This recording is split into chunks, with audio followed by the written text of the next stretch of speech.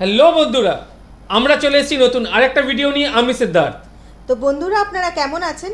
আশা করছি আপনারা খুব খুব খুব ভালো আছেন। আমি রিনি, আর আপনারা দেখছেন ইন্ডিয়ান কাপল রিয়াকশন প্রো। আর আজকে যে ভিডিওটা আমরা আনবো এটা অনেক রিকোয়েস্টেড একটা ভিডিওটা হচ্ছে কোরআন তেলাওয়াত নিয়ে। তো আজকে যে কোরআন তেলাওয়াতটা আমরা শুনবো সেটা হচ্ছে সূরা আর রহমান। তো আমরা জানবো এবং বাংলায় তার তর্জমাও লেখা থাকবে যে তার মানেটা কি, কারণ আমরা আরবি বা উর্দু অতটা বুঝি না বা আরবি অতটা বুঝি না। তো নিশ্চয়ই আমরা শুনবো, জিনিসটা মানে অনুভব করার চেষ্টা করব এবং তলায় তার বাংলা মানেটাও জানার চেষ্টা করব। তো আর একদম সময় নষ্ট না করে আমরা সোজা চলে যাব ভিডিওতে। তো বন্ধুরা, ভিডিওতে যাওয়ার আগে অরিজিনাল ক্রিয়েটারের লিঙ্ক পেয়ে যাবেন ডেসক্রিপশন বক্সে। অরিজিনাল ক্রিয়েটারকে নিশ্চয়ই সাবস্ক্রাইব করবেন। আর আমাদের চ্যানেলটা যদি সাবস্ক্রাইব না করেন তাহলে প্লিজ প্লিজ প্লিজ সাবস্ক্রাইব করুন আর অনেক অনেক করে শেয়ার করুন। ভিডিওটা যদি আপনাদের ভালো লেগে থাকে একটা লাইক তো নিশ্চয়ই করবেন। ভালো লাগুক খারাপ লাগুক যে কোনো মতামত কমেন্ট বক্সে নিশ্চয়ই জানাবেন। তো আর একদম সময় নষ্ট না করে আমরা সোজা চলে যাব ভিডিওতে। হ্যাঁ, তো শেষ অবধি আপনারা ভিডিওটা দেখবেন। So let's start. Okay. Audio Jungle.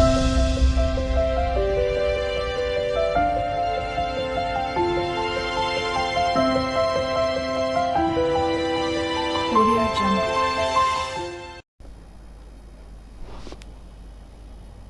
بسم الله الرحمن الرحيم